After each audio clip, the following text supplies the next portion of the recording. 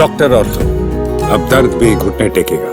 हिमाचल प्रदेश में कांग्रेस विधायक कुलदीप राठौर ने राज्य सरकार और मुख्यमंत्री सुखविंदर सिंह सुक्खू के अधीन आने वाले वन विभाग की कार्यप्रणाली पर बड़े सवाल उठाए हैं। शिमला में मीडिया से बातचीत के दौरान राठौर ने कहा कि प्रदेश में जंगलों का अवैध कटान और अवैध खनन लगातार बढ़ रहा है और यही कुल्लू जैसी आपदाओं के पीछे की सबसे बड़ी वजह है। राठौर ने बताया कि 24 जून को कुल्लू में बादल फटने के बाद सैकड़ों टन लकड़ियां बहते हुए पंढोर डैम तक पहुंच गई। उन्होंने सवाल उठाया कि जब राज्य में पेड़ों का कटान प्रतिबंधित है तो ये भारी मात्रा में लकड़ी आखिर आई कहां से। ये वन विभाग की नाकामी को उजागर करता है। उन्होंने इस पूरे मामले की जांच कर दोषियों के खिलाफ कड़ी कार्रवाई की मांग की। विधायक ने कहा, अगर हजारों की संख्या में पेड़ काटे जा रहे हैं तो इसका सीधा असर हिमाचल के पर्यावरण, पर्यटन और आने वाली नस्लों पर पड़ेगा।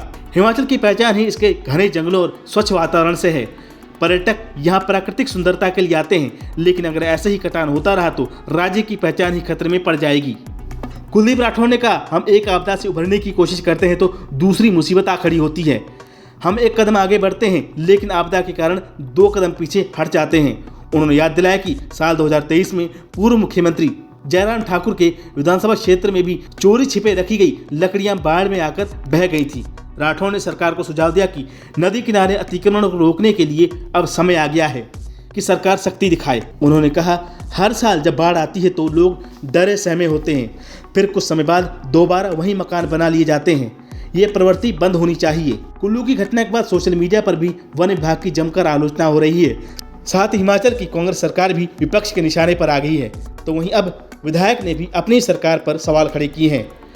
वहीं लोग पूछ रहे हैं कि इतने टन लकड़ियां नदियां में आई कहां से, ये किसकी निगरानी में ये सब हो रहा है।